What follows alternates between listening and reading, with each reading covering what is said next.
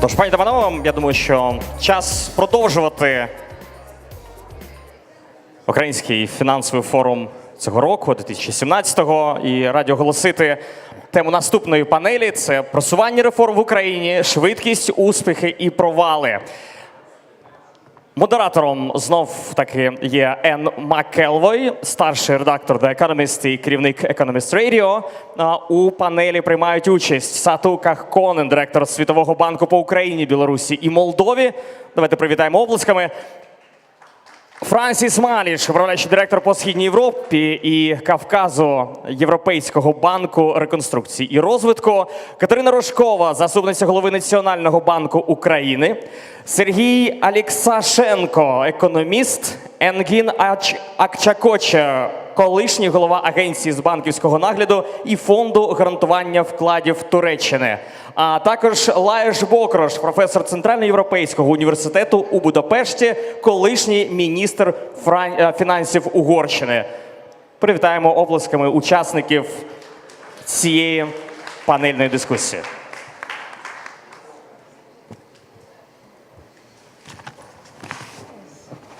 Welcome back. And now we get to the nitty-gritty, I suppose, of the conference, which is Ukraine's reforms, what's the impact of the global scene on them, but also how do we acknowledge what has been accomplished and talk about how we might think about picking up pace on that. So I hope we'll have a very challenging session. We certainly have a boatload of great expertise here on the panel. This is like the Economist kind of dream panel, really, in terms of what it knows. So I'm going to introduce the panel, starting from my far left, your far right, though obviously not politically. Francis Malige is Managing Director, Eastern Europe and the Caucasus for EBRD. Welcome, Francis. Francis is going to kick us off in a minute. Next to Francis is Lajos Bokros, former Minister of Finance in Hungary, so experience at the coalface of the kind of reforms that Ukraine is also trying to push through. Kateryna Rozhkova, Deputy Governor, National Bank of Ukraine. Hello, Kateryna, in the middle. The audience will know who you are anyway.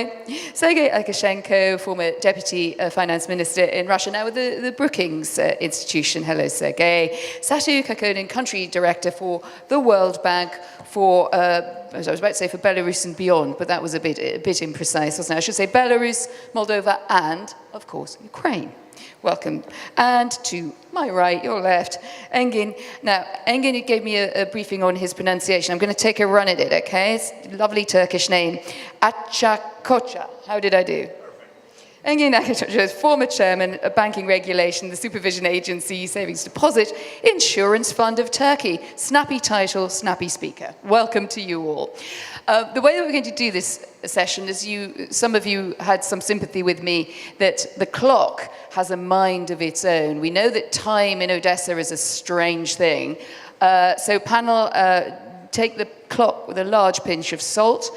We're going to run this, I think, as an hour and a half panel, allowing time for questions. So if I could encourage you to keep your introductory statements brief, about 4 minutes at 5, I start getting a bit shouty.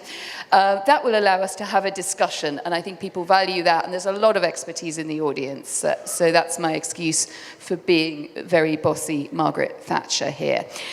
Francis has very kindly agreed to take us off on reforms in Ukraine. Let's all be as free and frank as we should be on this subject.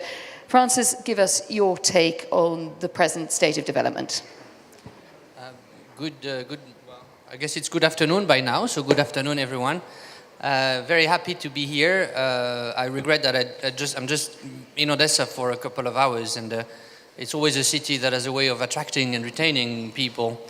And so it's a great pleasure to be here. Last time I was here was to open the EBRD office in Odessa a few months ago, and it's been a great event for us. Now, coming to reforms in Ukraine, I think I'd like to say a few things that perhaps are going to be surprising to some in the room, because I'd like to praise the reform success in this country. I'm usually focusing on the way forward and therefore focusing on the criticism. and on the spurring government into action. But I think it's actually a good time to step back and reflect and realize that over the past 3 years, the country has done a number of things which we all thought were impossible 3 years ago. When I came to this country as the EBRD managing director, one of the first meetings I had was about the banking sector, which was a bloody mess at the time. And my team said, don't even think that you can engage the authorities around private bank situation. It will never be resolved. It will never be nationalized. Okay. And that's some of the best experts in the country saying this. Well, maybe they didn't know it was impossible, but these guys still did it, right? And so that deserves a lot of praise. And it's not the only place where we've seen extraordinary progress in this country. And frankly, if someone had given me a prediction of where we would be 3 years down the road, 3 years ago, I would probably have told them, you're probably dreaming. Be it with the energy sector, be it with the corruption, be it with the banking sector. Even, today people say the country's not made a lot of progress in the fight against corruption. And that may be true when it comes to reforming the Prosecutor General's office. That may be true when it comes to the tax police.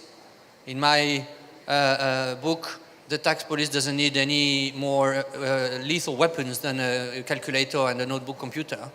There's no need for a balaclava and a Kalashnikov in the arsenal of a tax police. But that is certainly unreformed. But that doesn't mean that corruption has not been efficiently fought through removing opportunities for corruption, through removing a number of mechanisms through which people were getting rich, starting with the price of gas, actually. There was huge arbitration between the price of gas for individuals and the price of gas for companies in this country. Now that the prices are aligned, an entire industry of corrupt gas deliveries has had to die, and that's a good thing. So a lot of praise, I would say, for the efforts that these successive governments and a number of people in the country have made.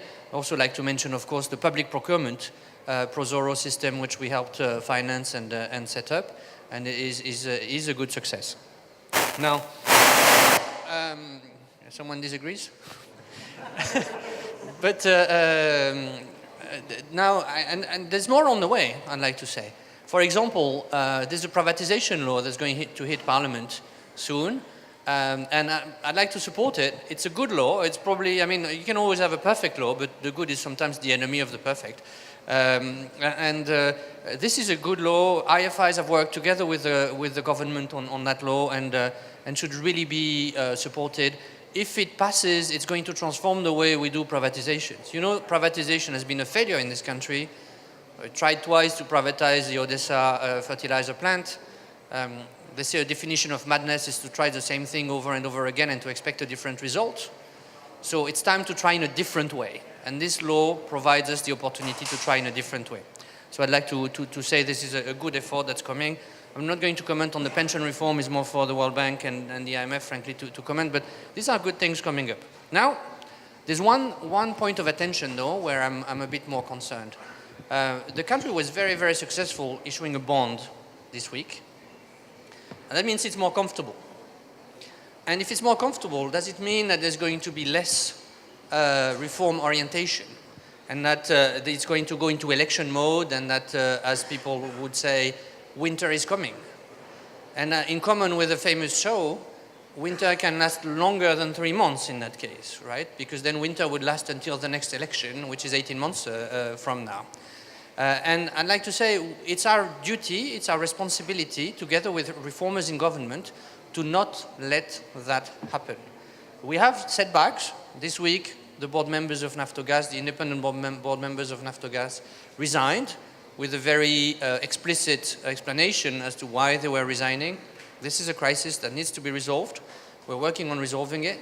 And I hope that we can make progress out of the crisis as we've done in the past. And so I'd like to say this is not the time to give up on Ukraine. This is not the time to despair. On the contrary, it's the time to engage more, to achieve more. Thank you very much, Francis. So your message was a pat on the back and a spur at the same time, right? Lajos, Bokros, former Minister of Finance in Hungary, so certain parallels in the kind of tasks that you faced here with Ukraine. What would you put then as your priorities, and what are the potential pitfalls? What do we need to avoid in the next few years? Good afternoon. Thank you very much for inviting me to this debate today. I have to apologize in advance that I may leave earlier because I have a plane to catch back to Budapest, because I teach every Tuesday and Friday at Central European University, and it is not possible for any professor to miss any class. This was a rule which was institutionalized by myself when I was Chief Operating Officer of the university. Actually, I wanted to talk a little bit about the future, not the past. It is to be acknowledged, yes, that many important structural reforms have already started in Ukraine. And it is also very important that in the last 2 years or so, it has been also supported by a relatively benign, nevertheless still fragile, growth environment. Probably the most important thing is to maintain momentum. And it is more a political endeavor than anything else. So if I can put my other hat on my head, you know, ministers are politicians first and foremost, and ministers are part of a team. We heard about the future requirements and reforms from His Excellency, the President of Ukraine. He's absolutely right. There are many fundamental areas, legal and judiciary reforms, just to mention one, where Ukraine has to make huge progress. But we need to have a goal. And the goal, if I may, in an immodest way, offer my wisdom, is that Ukraine should join the European Union. It has to be... Thank you. I am very much accustomed to positive feedback. But I didn't say that for getting a timid applause. It is in the selfish existential interest of both Ukraine and the European Union that Ukraine joined the European Union. Look at the map after Brexit. We have Germany in the center, flanked by France and Poland. Then we have Spain, and we have Ukraine on the other side. A large country with huge potential, which can give tremendous amount of stability, growth, and prosperity for the whole European project. So as a Hungarian, I can only emphasize that it's in a selfish interest to support the quest of Ukraine to join the European Union as soon as it is possible. I know very well that there is enlargement fatigue. Many people say that the European Union is going to be dissolved or disintegrated. Don't believe that for a second. No. There are problems, there are tasks, there are many important issues and reforms for the European Union to implement. But that is not a reason for Ukraine to shy away from this long-term project, which is an endeavor of joining the Western civilization. So the enormity of the problem and also the enormity of the task cannot be disregarded. It is very difficult to compare Hungary to Ukraine because Hungary is a very small country, and fortunately, at least in the last 27 years, we never experienced war and outside aggression.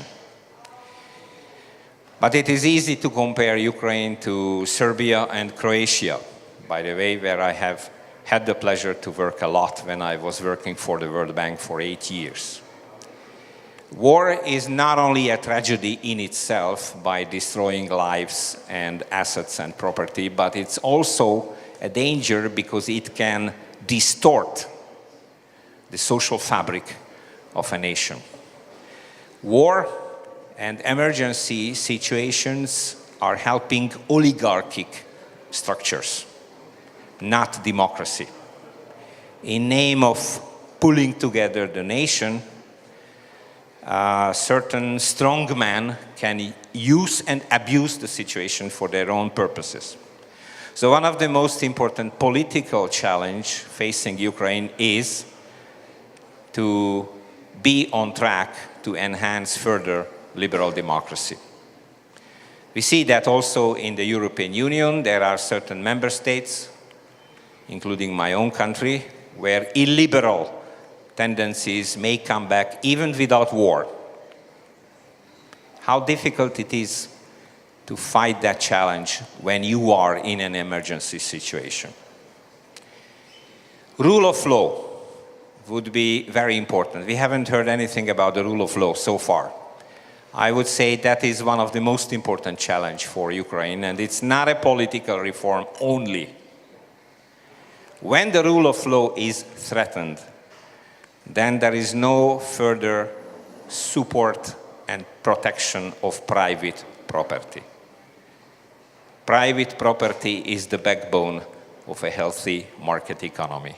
If the state does not protect private property on the basis of the rule of law, you will not have any meaningful, developing capitalist market economy. So it is absolutely clear, again I refer to what President Poroshenko said, legal and judiciary reform, which is one small tiny element of what I call rule of law and structure reforms. Very briefly, just to mention a few other things, increasing and improving competitiveness in each and every sector.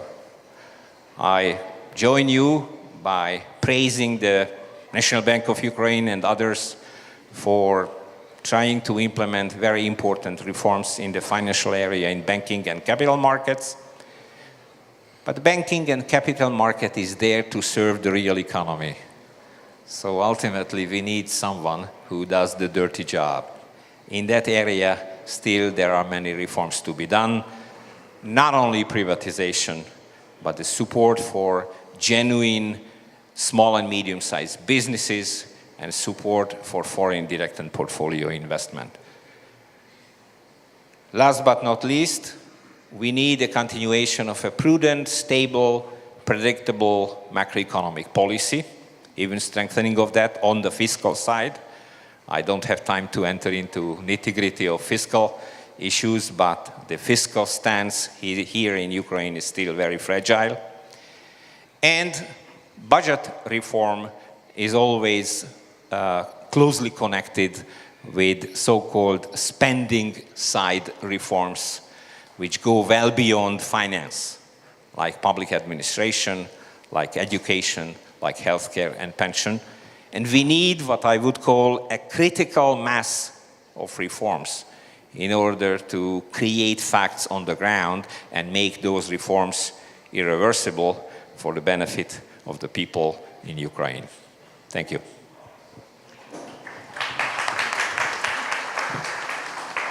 Thank you very much, and a very good reminder there that reforms have to be embedded. Speaking as a former public policy editor, I think one of the worst disjunctures that one sees is an attempt to do financial structural reforms without putting in the broader policy work. So I think you are absolutely right to draw our attention to that, Mr. Bokros.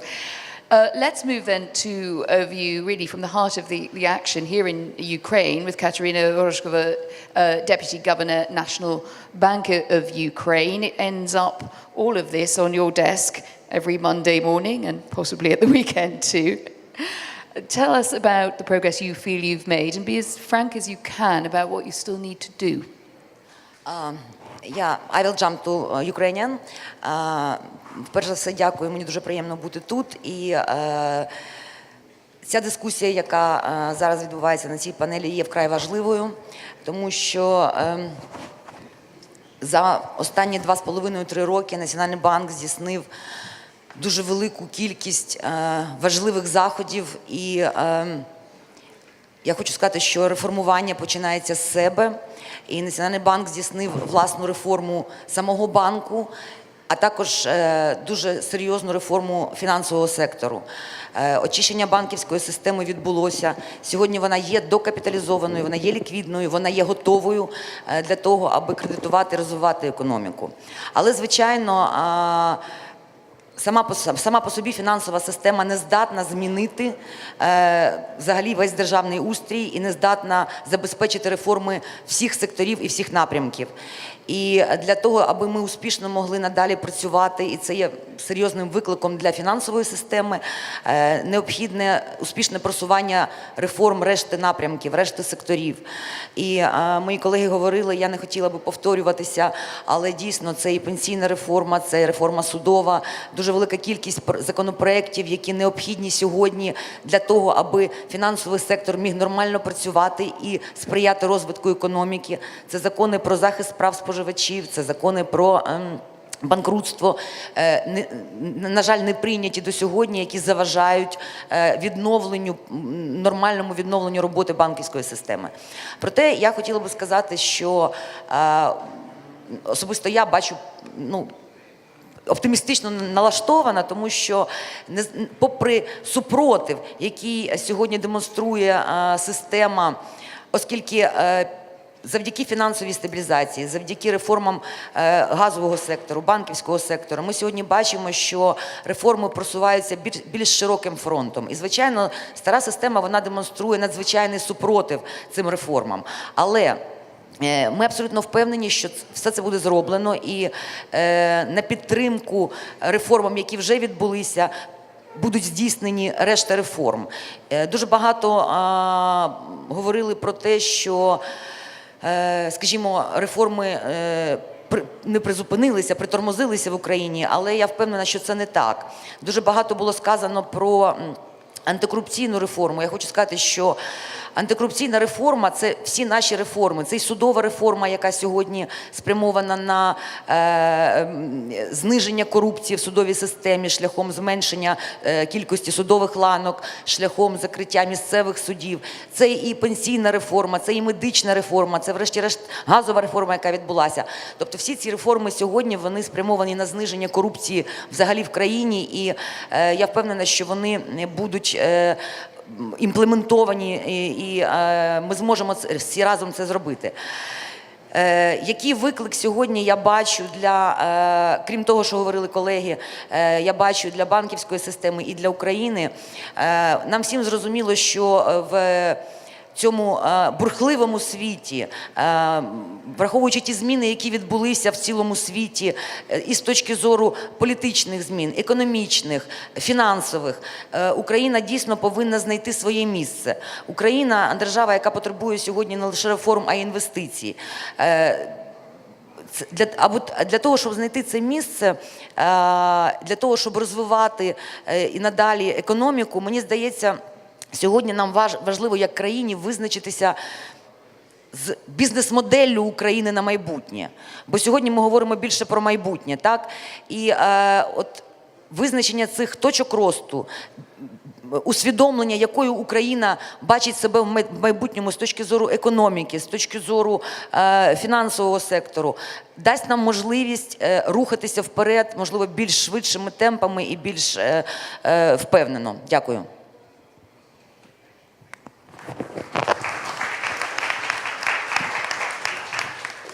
Thank you. Faster pace and more determination. What's not to like about that? Let's dig into that a bit later and see how much progress we think is being made on the ground. But I would like to bring in Sergey Aleksashenko now. Also has experience in this field as a practicing deputy finance minister. Looking at it now, Sergey, from the perspective of Brookings, where you can take a broad view and outside the glare of events that often accompanies the kind of job you did before, how do you estimate where Ukraine is going and the pace of what it's achieving? Okay, thank you. Thank you for inviting me here. I have counted that I have not been in Odessa for 40 years. So my last visit was here in 1977, so many of you were not born yet, and I enjoy this city. Thank you. Ukraine has reached great success, because if we compare what happened in the recent 3 years with what happened in the previous 20 years, of course, it's a great, great step forward. But in the current world, it's not enough. All of us can run, but hardly any one of us can win Olympic championship for 100 meters running, because you need to run fast, and even faster. So in the current world, there is no big secret how to reach macroeconomic stability. Everybody knows. IMF program, it's not a fundamental for the success. It's not an indicator of the success. It's a manual. Yeah? Sound banking system is prerequisite. So, and lack of proper financial banking supervision in Ukraine and Russia and any other countries, it's a damage. And if you say, okay, we have built a we have done a great job, yes, you did, and I can applaud, but it's not enough. It's not enough. You are just trying to get back the handicap you gave to other countries. In the current world, you need to run much faster than you do. In the recent 3 years, I often say this, Ukraine did everything right. And I cannot say there was any visible mistake done by authorities, either in the government or in the national bank.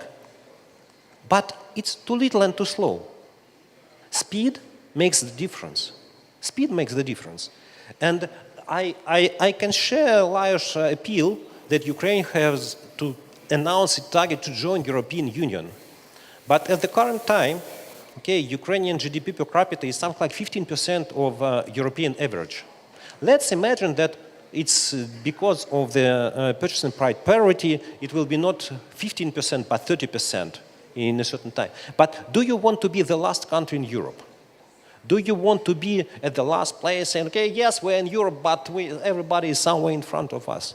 I think we have to applaud Ukrainian authorities for all they have done, but we have to be honest and we have to say you have to do much more and much faster. And I cannot understand being an outsider. Look, I'm an outsider. Why are you not pronouncing land reform? Definitely, agriculture is one of the strongest supporters of the Ukrainian economy. And I cannot understand why there is a so strong disacceptance of anything to be done here. You want this sector to run faster? Yes, you have to privatize land. It's a manual. It's a manual. It's not a question yes or no. Yes. Otherwise, you will be the last in Europe. You may join Europe, but you will be the last and the less efficient. The same with privatization. Yes, loan privatization is very important, but practice is much more important. You have to move faster. Even in the state-run companies, you have to implement proper corporate management. I would say that in the coming, let's say, 3-5 years, the main target for Ukraine is growth and investment, or vice versa, investment and growth. 2.5% growth in this year is nice. It's better than Russia, but it's not enough. It's not enough. With this speed, you will reach Europe never. You will never reach Europe. You'll be the last country in Europe if you join European Union. You need to raise investment. You need to make your country attractive for investors. And me personally, sorry, I'm Russian. I'm stupid, I'm Russian. But you have to applaud Mr. Putin for his lack of property rights protection in Russia. You have a huge pool of capital in Russia who is not willing to invest in its own country because there is lack of property rights protection. You have to allow Russian investment to go to Ukraine. You have to allow Russian investment to be first in this country and to boost it. If you get speed, and if your growth rate in 5 years will be not 2.5%, but let's 7.5%, it will be much easier for you to negotiate with the European Union. It will be much easier for the country to move forward and to understand that reform makes the difference. So my advice is, yes, you've done a lot, but you need to do much faster in the coming years. Thank you.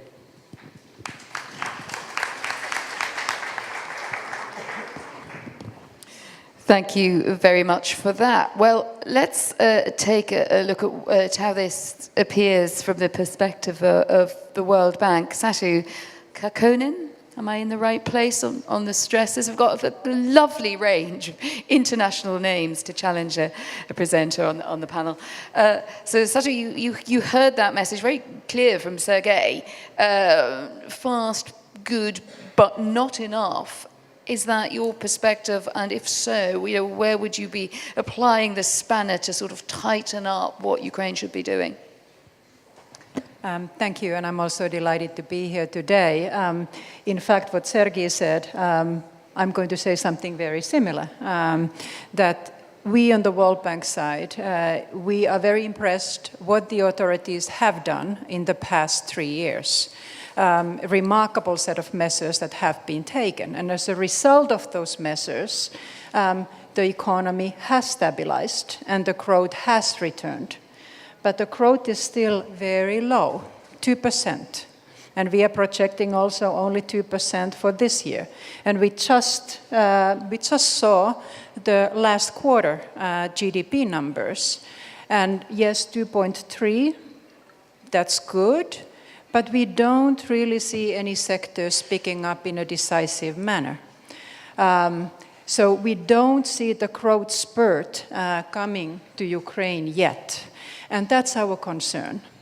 Because if the growth continues to be at this level, 2%, it's not enough to lift the boats, to lift the income levels of the people, not even enough to reach the income levels that prevailed before the crisis, before 2014. So right now, there's no time for complacency. There's a time to proceed decisively with further reforms. So even though a lot has been done, the fundamental structural reforms are still waiting to be made. And some of those reforms are right now in RADA. Talk about the health reform. Talk about the pension reform. These are reforms that are urgent. They are important, both of them, from the social point of view, given that the pensioners, a lot of pensioners are right now living in poverty.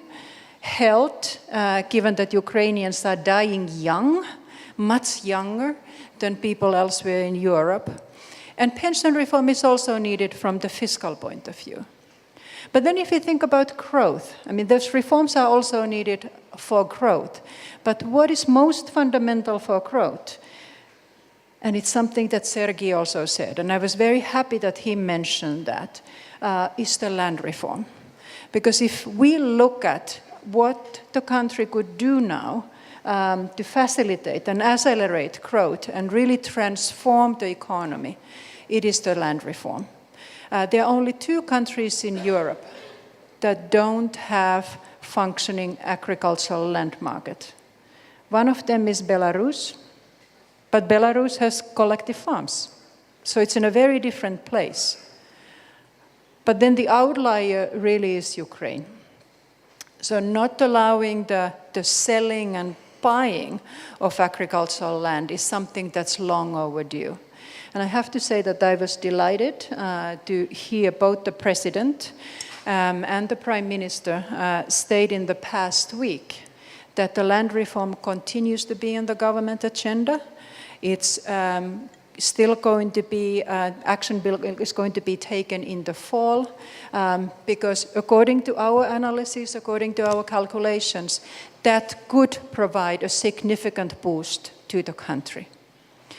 There are a lot of other reforms that I could talk about. Privatization was mentioned, anti-corruption is there, but I think that the land reform at this moment is the most critical after the reforms that are already in RADA, the pension and health reform. Thank you very much for that. You could come, seems to be a popular view in the audience as well. We might just come back to the political feasibility and the timescale, because one of the things that I've noticed about sometimes when Spencer's in the government's positions that all good things are coming, just not yet. So we might also look at feasibility, perhaps panel of what we would recommend putting in which order if we wanted to sort of push long reforms. So Engin, Akçakoca, former chairman of Banking Regulation and Supervision Agency in Turkey, again, the hard end of this kind of reform. What does Ukraine need to watch out for? What are the lessons that you bring to it from doing that job?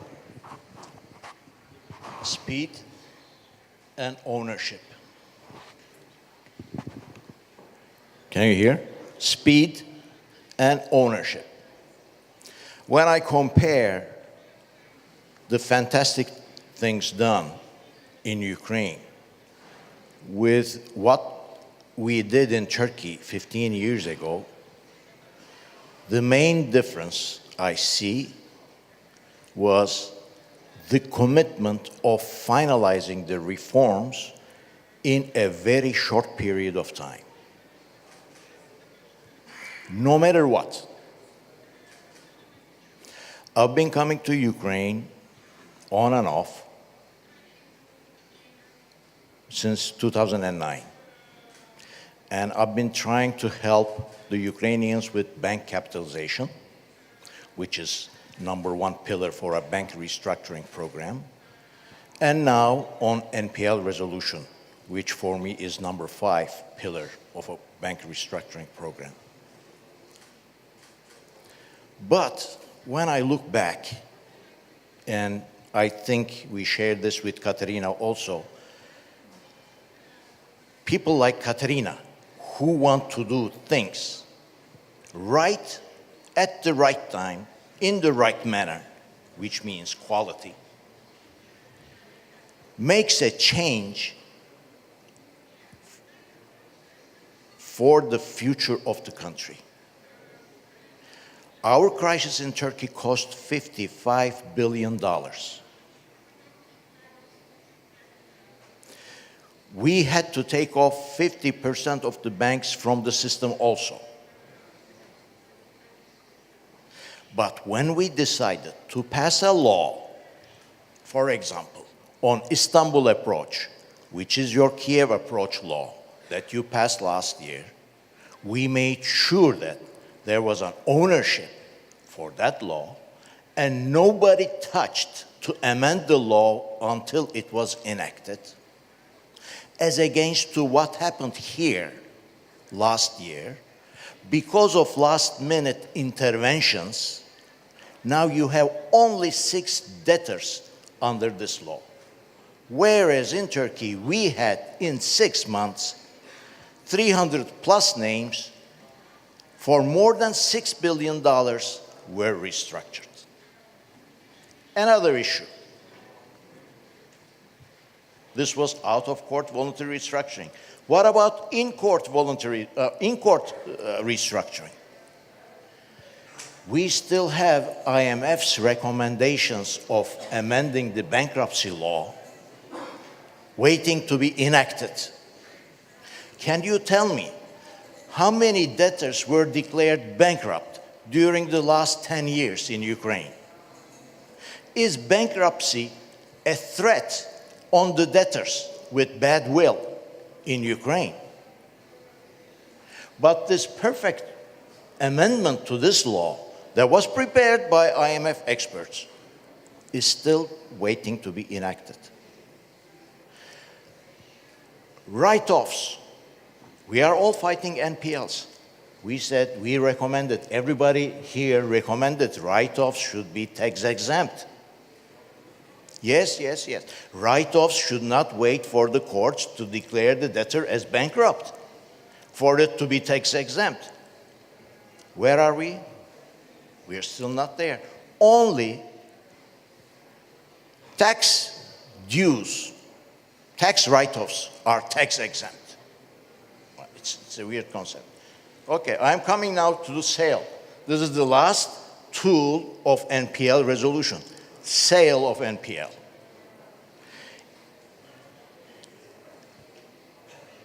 The stimulus or incentives, tax incentives that were provided for in the Kiev approach law does not exist anymore. Now we are working on private asset resolution companies law. Thanks to Taras, he was the first person to support me on that. That we are going to organize a disciplined approach to sales of NPLs by banks or from banks to asset resolution companies. I hope this law will pass without being tackled with until it is enacted. Please familiarize yourselves with this draft and bring your comments to the authorities if you have any. This is an important tool for NPL resolution. Thank you very much.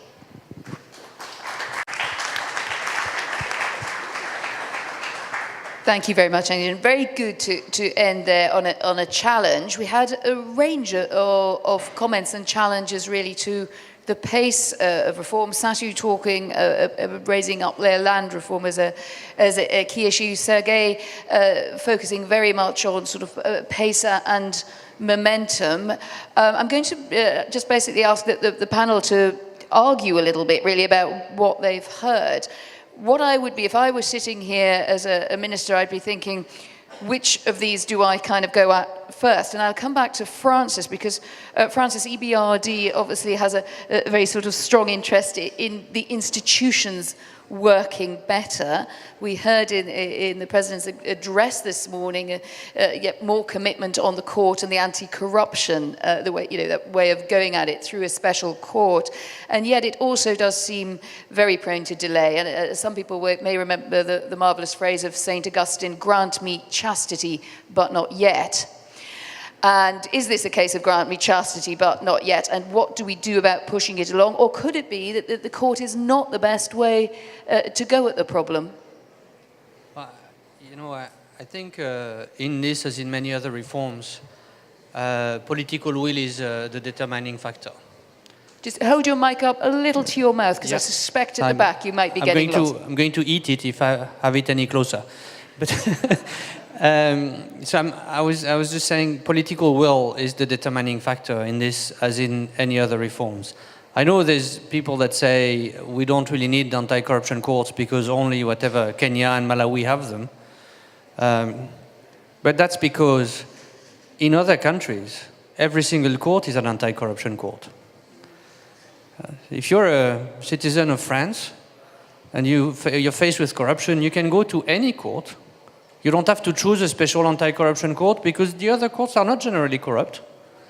And so from that standpoint, I think it's probably a temporary mechanism, but Ukraine does need anti-corruption courts because we all know that there's corruption in the courts. Right? And having an anti-corruption chamber in the Supreme Court means that you need to afford to lose the case in the first instance, lose the case in a second, in order to go to the Supreme Court so that finally your case will be heard by competent anti-corruption judges. That's not a practical way to do things. So I would encourage the leadership to consider the creation of anti-corruption courts. I'd also like to say one thing about the land reform, if I may. I didn't mention it, that doesn't mean we don't support it. And I'd like to highlight that in this country especially, we actually have very tight cooperation, coordination with not just the World Bank, but also the IMF and some of the institutions in the country. And that we support this, we're very much on the same lines in all of these fields. We do believe that land reform is essential. We observe that land reform is always tried by the governing party, and that the party which is in opposition at that moment opposes the land reform. That's been a constant mark of Ukrainian politics. We also need to realize and accept that as it is, agricultural land is a great money laundering opportunity. There's a lot of business that is done in cash in the agri-sector. And so it's very powerful vested interest that you're taking on when you're talking about land reform. But certainly, land reform is needed. We need to be a bit careful with it because agriculture is 40% of the exports of the country. So land reform, if it's done when it is done, needs to protect that capacity. Is one of the great successes of Ukraine over the years. It needs to protect that capacity. And needs to enable the development of financing for agriculture. If you look at the land in this country, it cannot be used as collateral for investment because it's not sellable. So that means that a potential pool of collateral, which is worth somewhere between 30 and 50 billion US dollars, is sterilized. It cannot be used. And that is a big problem in a country that has about 100 billion of GDP. We're talking about 30 to 50% of GDP that could be used to work to support investment. Investment is the key to what the speakers said about moving growth from the 2% where it is today to where it should be in order to catch up. And so here's an opportunity for investment which is wasted essentially as long as we don't have a land reform. That doesn't mean it's not politically complicated. That is not very, very sensitive, and we see it in other countries as well. I was just in Georgia recently where we have this exact same issue. So it's very difficult, but it still is worth pushing.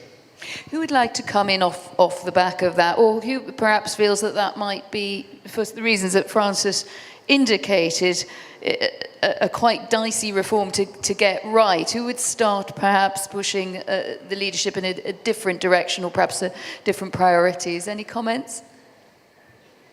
Don't be shy. You're in the middle of the panel, but I can still see you. Anyone who'd like to come in? I think this is free-flowing, so feel free to jump in, and I'll just move it along when we need to. Okay. Kateryna, you were hot to trot there. Off you go. Окей. Насправді, на жаль, протягом багатьох років країна розвивалася таким чином, що сьогодні реформування потребують абсолютно всі напрямки. Якщо говорити про майбутнє і про те, що сьогодні країна потребує інвестицій як ніколи, прямих інвестицій, які б сприяли розвитку і економічному зростанню, то, звичайно, пріоритетними, і це, до речі, підтверджують дослідження чи опитування Dragon, більше, по-моєму, 200 інвесторів, пріоритетними для інвесторів є судова реформа в першу чергу. Тому що захист інвестицій, це і впевненість в цьому захисті, це є головне, що необхідно для того, щоб інвестори зацікавилися і були впевнені в майбутньому. Тому що будь-який інвестор, звичайно, порівнює ризики країни з одного боку і можливість отримання прибутку, можливість отримання доходу з іншого. І ці ризики повинні бути збалансованими. Сьогодні судова реформа є дуже важливою для країни. Це по-перше. По-друге, знову ж таки, ми як регулятор, як Національний банк зацікавлені в зростанні економіки і підтримуємо всі реформи, які спрямовані на це зростання. В тому числі земельна реформа є також дуже важливою, тому що ми дійсно сільськогосподарська країна і продукція сільського господарства є дуже важливою частиною нашого експорту. І це також дуже важливо для нас. Про що ще, знову ж таки, ми вже говорили сьогодні про, для того, щоб Україна була привабливою для інвесторів, необхідно визначитися з моделлю розвитку нашої країни. Тому що для інвестора, крім судового захисту, крім захисту інвестицій, крім можливості інвестування, ще дуже важлива передбачуваність розвитку країни. І якщо ми сьогодні маємо монетарну політику Національного банку, яка чітко дає вектор, в якому напрямку ми будемо регулювати монетарну політику та забезпечувати фінансову стабільність, то для інвестора також дуже важливо вектор економічного розвитку країни, тому що вони повинні розуміти і передбачувати якісь наступні кроки і зважувати ризики з можливими бенефітами, які вони зможуть отримати. Напевне, так.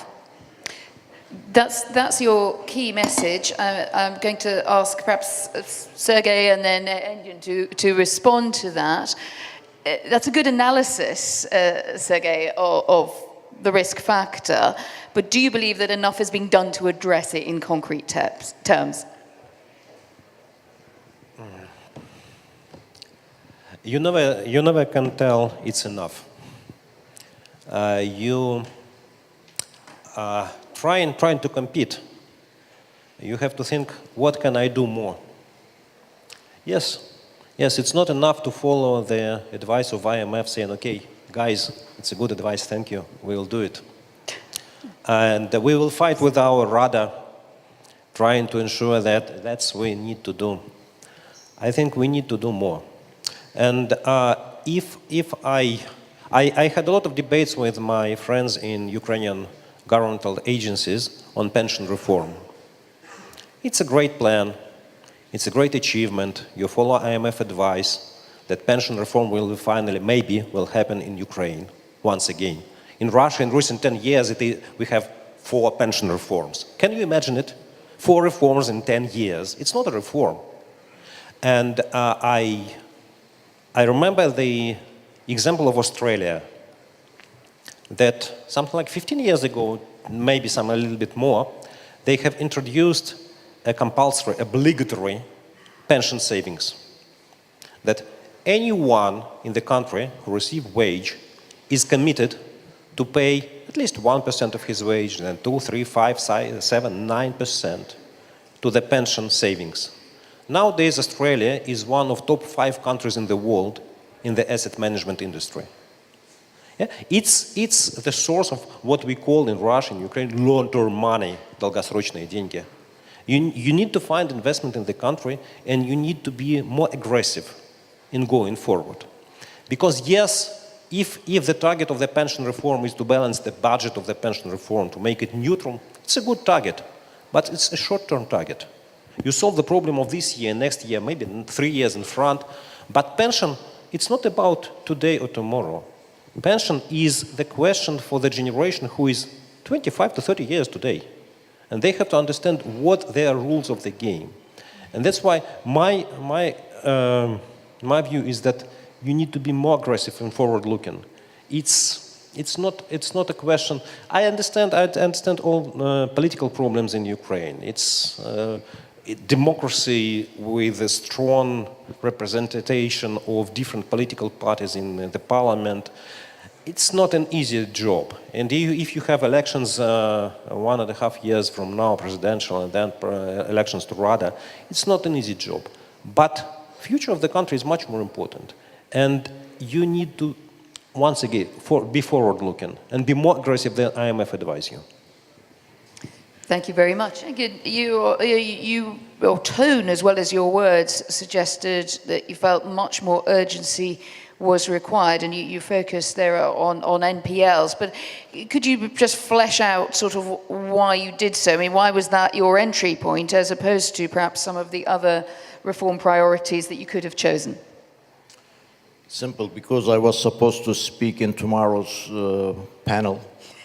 But that's a very I have a meeting in practical Istanbul reason. tomorrow, so I had to make my comments today. But They're welcome whenever, but they are connected. regarding my area, I recommend Ukraine to do more and faster together with its IFI friends who are there always to help. Okay? This is a very a sentimental issue. In my country, it was also. When the IFIs are there, IMF, the World Bank, EBRD, and, they are making recommendations, sometimes you have thin skins and you don't want to accept them. But it's not the case. So when I say do more and do faster, you already have the support of the IFIs to do it, to accomplish it. At the end of the day, what this country needs is foreign exchange now. More foreign exchange yesterday. So speed and more. Speed and more. Satu, speaking as from the World Bank perspective, there can be a danger that the big international institutions, that we kind of live a bit on planet Davos, and when it comes down to applying it politically on the ground, you hit hurdles. How have you found that experience here? I know you cover Ukraine and the countries around it. And what is your experience being about how perhaps institutions like the World Bank and the other institutions represented on the panel might get realistic about the politics and the political Spielraum, the place that the politicians can work in without just sort of giving up on the pressures?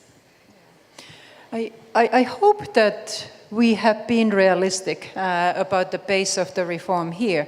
Unfortunately, Ukraine is running behind other countries. I was last week in Georgia, and there was discussion about the countries in the region and where they stand with the reforms and with growth.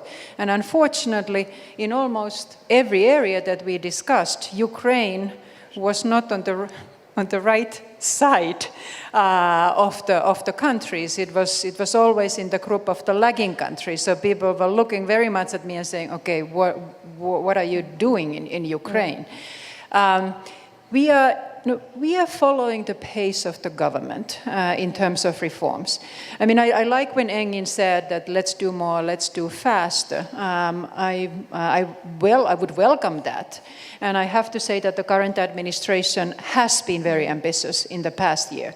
Anybody who has health financing reform, pension reform, education reform, and moves ahead with the major banking sector reforms, I mean, that's not an easy feat. No. So it's a very difficult agenda, and a lot of people have also told me, people who come from Washington, they look at it and say, is this overly ambitious? So far, so good. I think that the next 6 months are going to be very critical to bring these big reforms to fruition. But Ukraine doesn't really have the luxury to slow down, because... What would happen if it slowed down? That's actually what we are worrying about, because Ukraine is still quite fragile. The economy and the recovery is fragile. It's not sustained recovery yet. So if reforms stop, we worry that the economy may start unraveling again. So this is the critical time for Ukraine to turn the corner, and if Ukraine manages to do in the next 6 months the big reforms that we were discussing here, then I think that we should be very bullish on the country. But right now, just move ahead with the reforms, don't stop. I think I'll throw out to the audience in a second for questions. I think Mr. Bokros, who didn't come in on that round, any thoughts arising from that? I think what we were trying to choose in a way was a pecking order of what to do fastest and what looked most feasible. And again, with your own experience in mind, what would you learn from that? What might you not repeat in Ukraine that happened in Hungary or the other way? Thank you very much. I have a few important comments to make. First, I don't like this debate on sequencing. We have had that debate for more than 20 years by now, and there is no settled wisdom about which reform should come first and which reform can wait. I very much think that governments have to move on a broad front and, as I said, reach a so-called critical mass of reforms in the largest possible area in most areas. Why is that? It is because, unfortunately, experience of the transition countries shows that reforms are not irreversible. Everything is reversible, and history also shows that reforms have also a kind of a cyclical life, pretty much the same way as we have political cycles. And sometimes there is a reform wave and then an anti-reform wave. Even in countries where you would not think that certain reforms can be reversed. Let me just highlight the example of my own country. Hungary was one of the first, together with many others, to implement a pension reform, which was at that time very much supported by the World Bank and others, the so-called multi-pillar reform, which meant that in addition to a pay-as-you-go system, we implemented a mandatory private pension fund system, plus also a voluntary pension fund system. The third element is not really important because it's voluntary. So the hard part is the mandatory. Hungary was one of the first, and we felt that we could really enjoy the benefits of all these reforms for a long time. It is not a reform for tomorrow, it is a reform for a century, if you will. And then, unfortunately, 15 years later, the government abolished the mandatory private pension system by one stroke. So we are back in square one. Reforms are not irreversible. As a consequence, I would like to make two comments. One is that political will, Francis said that is one of the most important requirements, and I fully agree with that, but it is not sufficient. It is necessary, but far from sufficient. We need two more things. One is ownership of those reforms by society and support of society, social acceptance, if you will, which leads me to the next point, which is good marketing of those reforms by the government. So we need a long-term political consensus behind reforms, not just one radical-minded government which can implement something, and then comes the next government which, for the sake of being in opposition before, just abolished the whole bloody thing.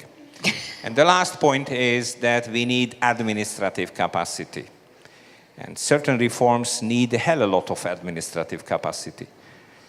Pension reform is one, but the most difficult reform, which we have never implemented in a proper way in any of the former socialist countries, is healthcare, where you need even more political capital to be spent on convincing society that it is in their interest to undertake those reforms.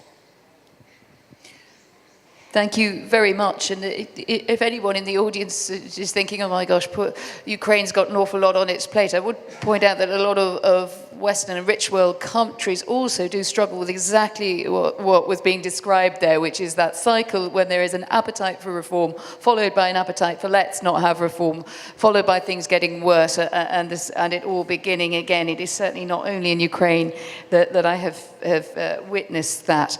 Right. There's such a lot of expertise in the audience, and we must keep you awake before your lunch. So let's take a bunch of questions. You can address them specifically, but I'd like to hear from all of the panel, so try to even them out. Who's going to ask the first question? There's someone very keen over there. A chair always loves that. Off you go. Great. Dmytro Shimkiv, Deputy Head of Presidential Administration of Ukraine. I have a question basically to all the speakers. So I just did a small research while there's a lot of things being said towards the rule of law, and especially in the area of anti-corruption prosecution to the final stage. And I understand that the homework that all of you give us is anti-corruption court. But we're looking at France, for example, since 2010, there is 16 famous cases of political corruption with allegation and investigation in the courts, no decisions, and something revoked. I look in Turkey, similar stories, similar cases from 2011, 13. A bad example is not an example. Yeah, I know. Even Finland, Satu. I looked at the case of Finland and I was surprised that there are also cases since 2016 that's been allegation about money laundering to Luxembourg companies. And again, things in the courts, very transparent courts, and still no progress. What would be your advisory? I'm not talking Ukraine, we know our homework. What would be your advisory to your home countries to actually see the prosecution on the corruption cases back in your countries resultful? Thank you. Right, then a quick round on that. I think we'll start with Engin because Turkey was specifically mentioned. But I don't think we can have a long discussion about sort of worldwide corruption. So I'm going to ask you to be quite pointed and maybe what we would learn for Ukraine from it. Look, we have our own problems, my friend. So bad example is not an example.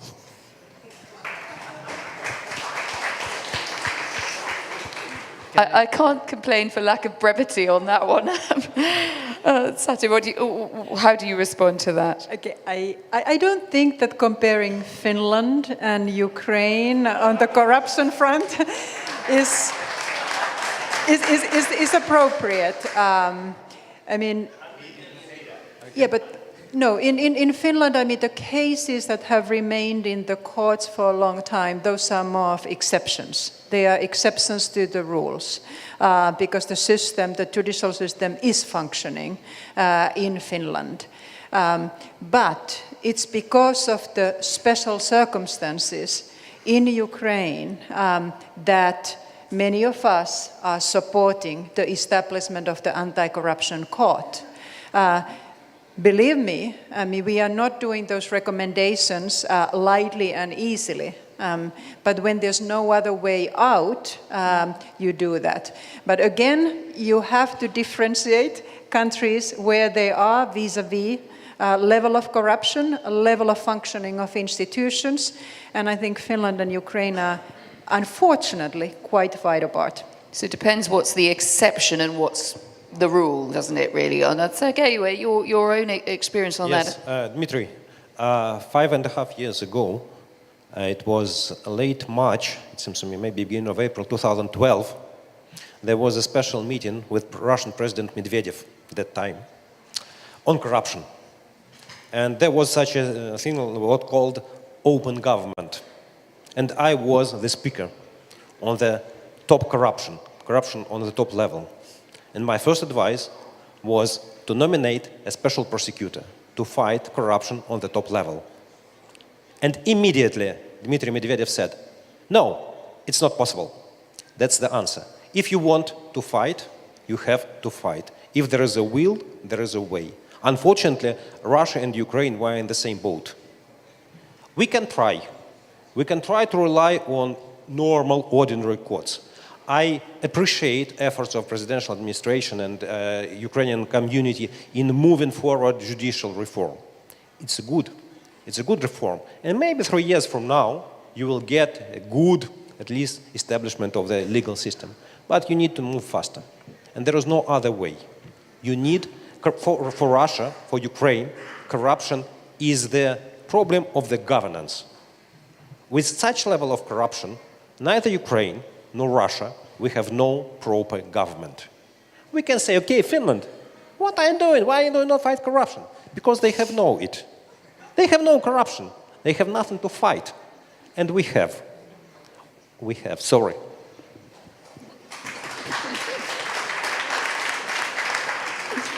A good feisty message there. Thank you, Sergey. So, Kateryna, the question went broader than Ukraine.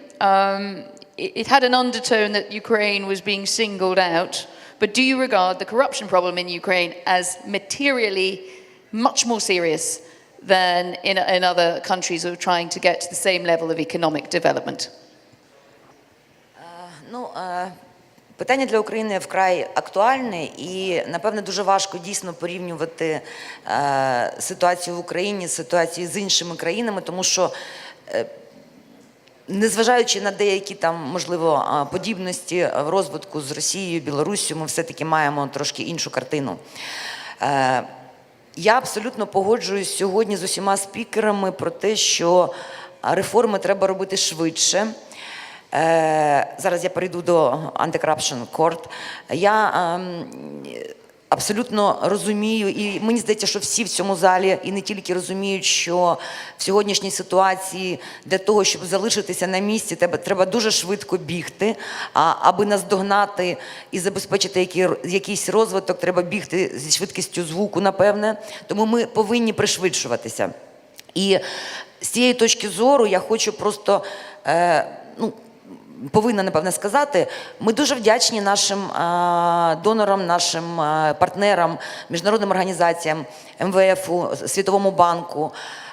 Але мені здається, кожен тут усвідомлює, і не тільки тут, про те, що реформи потрібні не їм, а реформи потрібні нам. І попит в країні на реформи є. Більше того, певну частину цього попиту сьогодні формує фінансовий сектор, тому що він вже реформувався. І аби мати шанс для розвитку, він вимагає реформ в інших галузях, в інших напрямках. Тому я впевнена, що реформи будуть, але я за пришвидшення. Стосовно антикорупційного суду і всіх з цим пов'язаних питань. Я не є спеціалістом юридичної галузі. Але мені вважається, що створення антикорупційного суду не вирішить проблем корупції. Тому що це один з інструментів. А коли ми сьогодні подивимося на напрямки, які вже були реформовані, частково реформовані, підлягають реформуванню, тому що дійсно дуже важко визначитися, що повинно реформуватися першим, дивлячись для чого. Для інвесторів це одне, для економіки це інше і таке інше. Тому всі реформи, які сьогодні відбулися і відбуваються в Україні, є антикорупційними.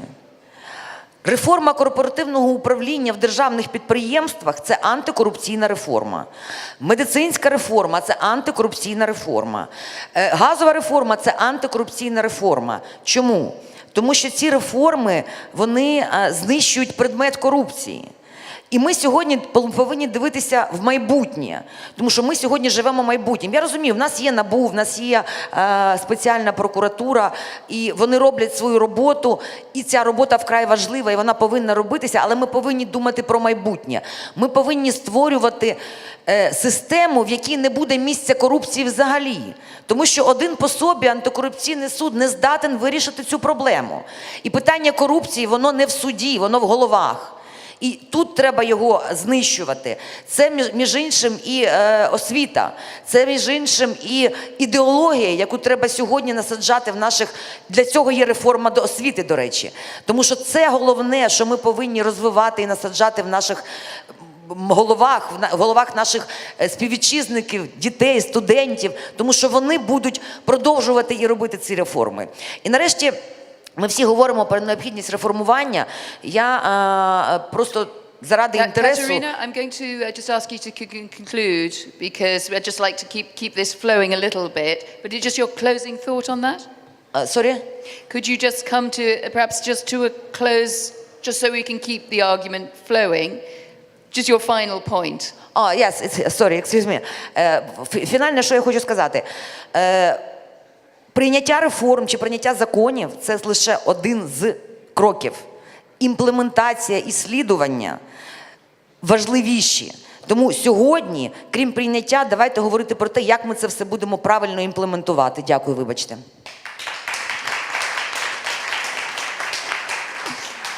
Thank you very much. I'm just going to ask everyone to keep their comments a bit short, just so we can get more in. But that was, I mean, it was certainly very well worth hearing, and also the evident passion with which you made your points there. Professor Bokros, yes, I'm going to just go, Professor Bokros, and then to the end, Francis. So you heard that. That sounded very to the point. The broader question in our minds was corruption here versus corruption elsewhere. You know, is it a league table, or do we learn anything from other practices? What do you see from your perch in Budapest? Okay, just 3 very short sentences. One is that there is no panacea, no miraculous solution. Second, we have only best practices, so to speak, how to fight corruption. And in this case, I would like to draw your kind attention to the experience of Romania, which is an interesting example. It's not an anti-corruption court, but a very strong anti-corruption agency, a prosecutorial agency. They call it Direcția Națională de Anticorupție. This is a DNA, and within several years, several thousand government officials and state officials went under this investigation. Many of them, several hundreds, are now in jail. And this brings me to the third point. Yes, there is a difference between Ukraine and Finland. There is a difference between post-communist countries and, let's say, Nordic countries. Corruption is much more systemic here, and this is one of the worst legacies of the communist system. Francis, last word to you on this round. Thank you. Thank you. Of course, I would support everything that's been said on this. Just to point out first, you mentioned France, Dimitri. I'm not here to represent France, I'm here to represent EBRD, but I'd also like to say, pointing to other countries' problems in order to excuse one's problems is a recipe that you can see more in Sputnik and Russia Today, is a Putin or Soviet propaganda well-known method. So, thank you for reminding us. But more seriously, though, of course, every country has a corruption problem. And every country is fighting corruption. And there's no perfect country. But I think what I like to hear, though, is a frank admission that we have a big corruption problem and that we are not at the level of corruption of Germany, of Belgium, of the UK, of France, of Finland, of Hungary, in this country. Once we have that as a consensus, I think it will be easier to go further. Right, thank you very much. Well done. Thanks everyone for, I know it's a big area, so thank you for being concise. I'm at that point when I like to know what's happening about lunch. So I'll tell you exactly what we're going to do now. We'll take very fast rounds of questions. We won't be able to put them all to the panel. We'll take 2 or 3 and you pick your strength. And then I've been asked, everyone panel, that you summarize your key argument in 1 minute. There's a game on the BBC radio called Just a Minute, in which you have to talk for a minute without hesitating or repeating yourself. We allow a certain amount of repetition, but not too much on this panel. So be aware that we'll need 6 minutes at the end to get your thoughts. And I think that is particularly for the Ukrainian journalists who need that for writing and broadcast. That seems fair. As a member of the International Trade Union of Journalists, I'm on the side of the journalists covering these things. So let's take a few questions. Yes, I take a gentleman there, and just be nice and quick if you can, please. Thank you. Short questions. Yeah, my name is Andrei Boytsun. I work on the Baltsarovich-Miklos group of advisors with the Ukrainian government, and my question goes to Professor Bokros. You said that political will was necessary but not sufficient, and then the other condition was ownership and communication of the reform to the population. Well, unfortunately, political will tends to depend sometimes on the expected ownership, and I'm looking, one of the most debated reforms here is privatization and reform of corporate governance in state-owned companies. I'm looking at the survey results that are yet to be published by the Center for Economic Strategy. For example, for privatization, more than 60% of the people do not support the reform. Of those who heard about it, but only 12% heard about it. So I'm wondering if political will if you can start with political will and then push it towards communication and ownership. What is your experience? Just hold your thought on that, Professor, because if you could, let's get another question in while we've got the microphone going around. Who else feels that they couldn't live without asking a question of this amazing panel? You got have all gone into complete silence. Is there another question or challenge that we could throw at the panel? Otherwise, we're giving them the easiest possible time. Hello, Odessa. Well, let's take, Professor Bokros can answer that one and then see if anyone else would like to come off the back. Yeah, that will be probably my closing 1 minute as well, Yes. because I'm very sorry I have to leave. Yes, privatization is one of the most controversial reforms we can ever imagine in a transition economy. The way to explain it to the people may be the following. People want to have living standard which is commensurate with Western living standards. Yes, people agree. For that to happen, we need a higher level of economic growth than in those countries which are the benchmarks or comparators. As a consequence, we need investment. For investment to take place, we need better corporate governance than what the state can ever provide. I don't say that all capitalists are angels. Some of them are devils. But at least there is a competition among them. And if we rely on a relatively well-regulated, transparent market, then successful entrepreneurs will be selected ex post. So we have to give them a chance. And in order to achieve that, I think privatization is important, because what we need to do is to enhance the net asset value of those national assets which are now captured by a state which is inefficient. Thank you very much, and thank you very much for joining us when I know your timetable was under great pressure. Let's give a round of applause. We've worked very hard today, our focused panel. So, look, if there's any one absolutely pointed question, I'm very happy to put it, and if not, I think we do our closing statements and you can all argue about it over lunch. What do we think? I think they voted for lunch. Right. Closing statement. I'm going to go the other way around the panel this time so you can prepare. And Engin, you get put on the spot first, which I don't think seems to worry you very much. Once you decide what you're going to do, please act fast and make sure proper ownership is there. It's a short minute in Turkey, isn't it? No, just flesh it out, tiny little bit, just for the... Go on, you know, once you decide what you want to do, Once you decide what you want to do, first you have to decide what you want to do. I mean, you have a program that you are developing with your IFI colleagues. First decide on your program and then act on it fast. And then make sure that the ownership is there. Somebody makes sure that it takes it until the end, until it is enacted and implemented. Thank you very much. Satu, your closing thoughts that you'd like to leave us with today. We in the World Bank want Ukraine to succeed. We think that there's a lot of potential. But right now, the glass is only half full. And to make it fuller, this is the critical time to move ahead with the reforms, those structural reforms that the government and the country has not acted upon for many, many, many years. Thank you very much.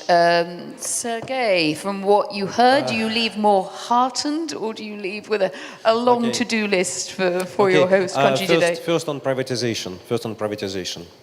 I think it's a very simple issue in Ukraine. Because I don't know how much hundreds of enterprises are in state-owned property. But I am sure bulk of them are loss-making. They do not make profits. That's why it's an issue of what do you ask? Do you ask people, do you want to privatize profits or do you want to privatize losses? If you rephrase the question, do you want the government, the state, to keep the property of the companies who are loss-making and will subsidize them for the budget for the rest of our lives? Or you want to spend this money on education, on healthcare, on roads, etc., etc. I am sure 95% of Ukrainians will vote for privatization. Because people understand difference between money that are going to the pockets of the directors, director or CEOs, and money going to healthcare. They don't want to spend money on paying to someone who is stealing them. That's very simple. You have to explain people what privatization means. And I completely agree with Kateryna, who said that it's corporate governance in state-owned companies in an issue of corruption. Unless, first step, the government should step aside and start, okay, if the state-owned company may make profits, it's a question. Should you privatize it or not? But if it's make losses, I don't think you have to keep it. Am I more optimistic? Unfortunately not. Unfortunately not. Dmitry knows that I'm in recent 2.5 years, I've been to Ukraine maybe 15 times, and my optimism is declining. I was very optimistic in the very beginning. I anticipated that Ukraine will make a huge step forward, maybe a big, if not a jaguar, but maybe some like horse in reforms. Now I think it's, like Satu said, maybe are somewhere on the left corner behind many other Eastern European countries. And that's the issue.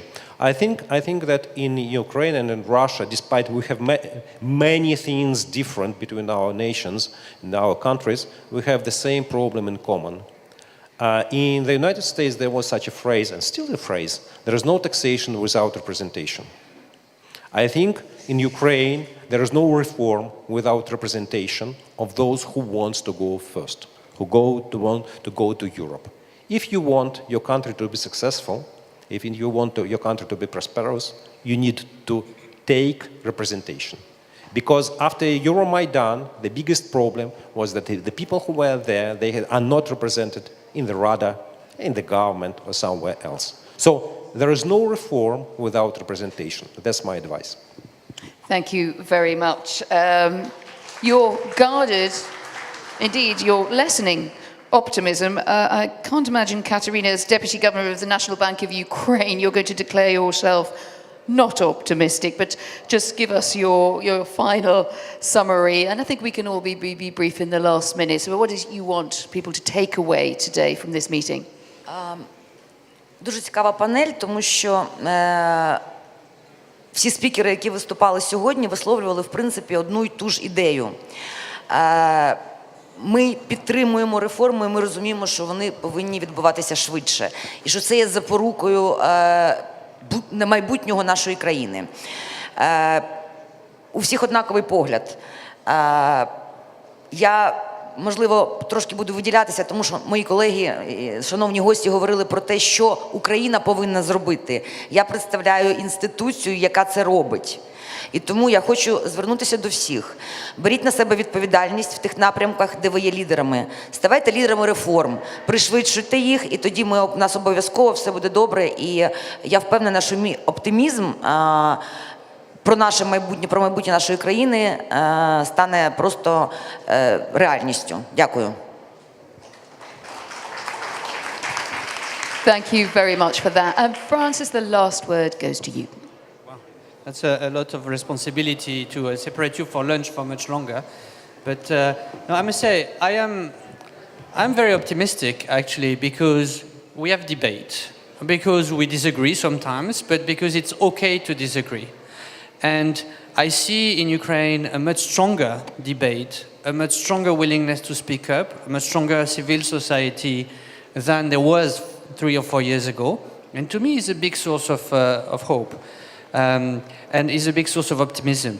And I think we shouldn't be afraid of opening more debate. You know, I'd just like to mention a long gone story about Pandora's box. When Pandora opened the box, all the ills of mankind came out of it. The only one that stayed at the bottom was hope. So let's not be afraid of opening more Pandora's boxes in Ukraine, because there's hope at the bottom.